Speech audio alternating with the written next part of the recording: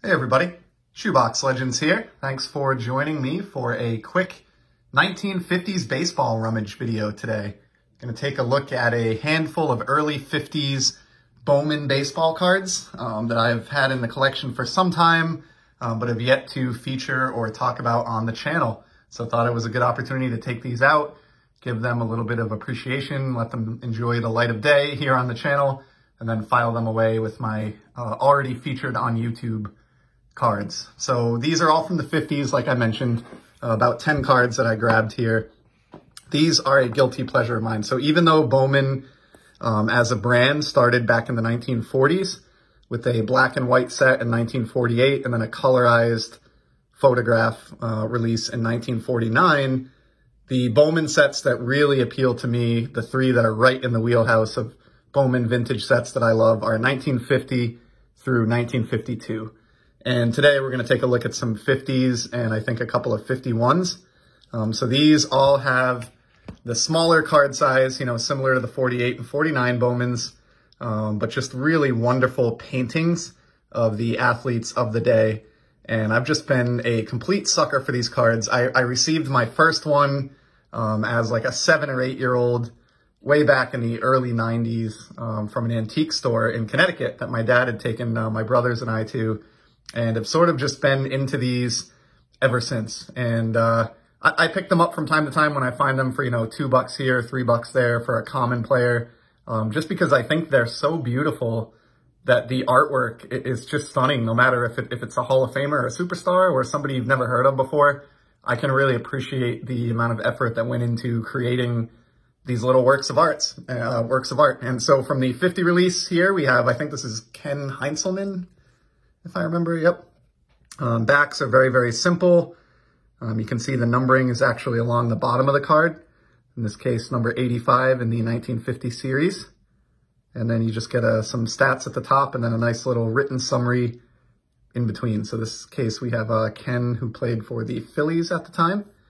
And some of these have really cool ballpark, backgrounds and things going on. I just love the artwork. Here's one. I've shown a graded copy of this, but this is a raw copy. This is the card that got me into these early Bowmans. It was this very card, Maurice McDermott, that was picked up at that antique store, well over 30 years ago now, and kind of first developed my love for all things vintage. It was just so cool to hold a Red Sox card in hand that was this old. As a 7 or 8 year old, I just thought it was magical to have a card that had been around since the 50s or, nearly as long as my own dad had. And I've always treasured this one since. This always makes a countdown whenever I look at my top Red Sox cards in my collection, just due to sentimental value. So pretty cool string bean McDermott there. And these are not expensive. Like, obviously going out and trying to land a 51 Bowman, Willie Mays or Mickey Mantle is going to break the bank and be beyond the reach of most, average collectors. But if you just follow a certain team or don't really care who the subject is, you can get these commons for, even today in this crazy hobby market, less than $5 and in pretty good shape too. Like, as with all my vintage, I'm not looking for PSA 10 gem mint copies here. I just want cards that look visually appealing. I do try to get graded for the Hall of Famers, but for these types of commons, I will vacuum these up all day long at $2, $3, $4 a piece. Just look at the awesome background here on this. I believe this is a Cliff Fannin card with the Browns, the St. Louis Browns. But you've got an Ice Cubes advertisement here on the outfield wall. Just really, really neat. I love the backgrounds in these almost as much as the actual painted players themselves. Anticlimactically, here's one with actually a pretty boring background. I think this is Pete Suter. Yep, Pete Suter for the Philadelphia A's. So not everyone is thrilling and exciting, but I do hope over the course of my collecting lifetime, which hopefully I'm fortunate enough to enjoy for a few more decades here, to maybe one day complete the 1950 Bowman set. There is no Mantle, there is no Mays. I think the biggest cards are Jackie Robinson and Ted Williams, which are no small feat, but maybe a degree more attainable than those big rookies that are in the 51 release. So for that reason, I will buy any 1950 that I don't already have if I've got the hobby funds available and the price is right.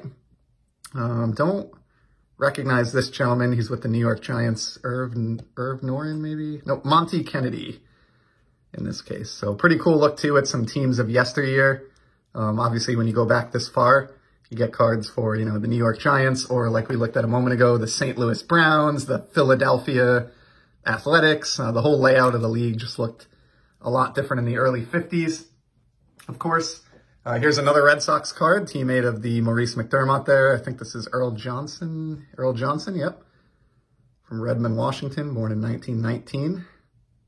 Right as the First World War was wrapping up. So I just love the history of these. I couldn't tell you a lot about most of these players. I don't pretend to know, every single guy that played at the major league level, especially decades before I ever took my first breath. But I just appreciate them just because they are so old and they are so beautiful. And they really just represent little tiny works of art to me. Here's another cool one with a nice palm tree background. The ballpark fence is a little bland here, but the palm tree spices things up a bit. And this one, of course, is in the horizontal layout. Not all of these were vertical. Some were horizontal layout.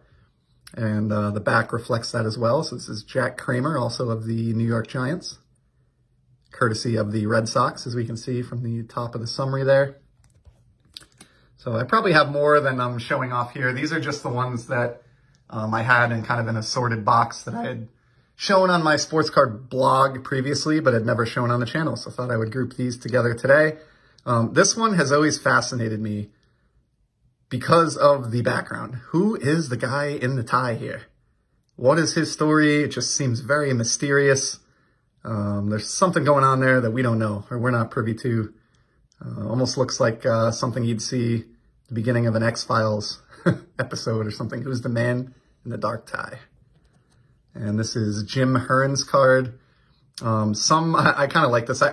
I tend to avoid writing or marking on my vintage cards if I can help it, but I love that some aspiring collector in the 50s took their stamp to this thing and noted that Jim was with the Giants rather than the Cardinals. So I'd probably seek to upgrade this one at some point for one that doesn't have the writing on the back, but I just thought this one was too cool because of the random stranger in the background, so I had to pick that one up at least as a filler, if nothing else, until it eventually gets replaced one day. Just a couple more here. In fact, this is the last 50 that I pulled for today, featuring a White Sox player. I'm striking out on this guy's name, Bill Salkeld. Of course, there's no indication on the front of the card what the name of the subject is. I actually love the plain simplicity of these cards, the fact that there is no facsimile signature or name box or anything. It's in the 50 release. It's just the photo on a little square card. So there is Bill Salkeld, catcher. And then I also pulled two 51 Bowman cards. Of the three that I mentioned, 50, 51, and 52, the 51 release is definitely the one that I have the least number of. I think maybe I was discouraged from picking these up over the years just because I knew the Willie Mays and Mickey Mantle rookie cards, true rookie cards, are in this release, and they're so exorbitantly expensive that completing this one will be, a challenge, if not an impossibility. But I have started picking up some more of them of late because I do like this release better than the 51 Topps game cards that came out that year. I think this is the best set of 1951, the Bowman release, and happy to have this Steve O'Neill with my hometown Red Sox. Just look at that glorious smile. The artwork is just top notch. Here's a look at the back. Of course, these were slightly bigger than the 50 release. The card size increased. They're the same width along the bottom, but they're quite a bit taller than the more square 1950 cards. So pretty cool. And then the last card that I pulled for today is the other 51 that I could get my hands on quickly, and that is Mike Guerra. And this looks like a Red Sox card, and I guess you technically could consider it to be a Red Sox card. He's certainly depicted with Boston on the front here, and what an awesome painting this is, can I just say. The catcher's gear here is just perfect looking. I love the worn texture of the chest protector and shin pads, just awesome stuff. If you flip this one over, you can see that he is actually with the Washington Senators. So this is technically a Senators card, I believe, since he began the season with the Red Sox but was traded. But either way, just an awesome card. I don't care what team it's affiliated with or associated with. It's the artwork that makes this one for me, and very, very happy to have that in the collection. This one has some evidence of something that you'll see a lot on these early 50 Bowman cards, and that is like the wax residue from the wrapper getting on the back. Doesn't bother me in the least, simply makes the card affordable as long as the front isn't damaged by that. So I will pick up those wax stain back copies on occasion just to save money and get some cheap examples into the collection. So that's it for today's episode. Just pulled out a handful of these and thought they'd be fun to group together and review on film for those of you that like old pieces of cardboard or vintage cards. These are pretty neat and unique. So I appreciate you sticking with me as we reviewed some of these early 50s Bowman. Certainly have plenty more from the decade of the 1950s to come on the channel this year. My number one overarching goal for my collection in 2022 is to improve my 1950s baseball portion of my collection. So there'll be a lot more videos coming from this realm. But for today, we'll cut it there. I appreciate you stopping by to spend a few minutes of your time here on the channel. Would love to hear your thoughts in the comments. I do take the time to respond to each and every comment that is left here on the channel. I love the interaction here on YouTube. And I will certainly be back in the very near future with some more sports card content. Until then, take care.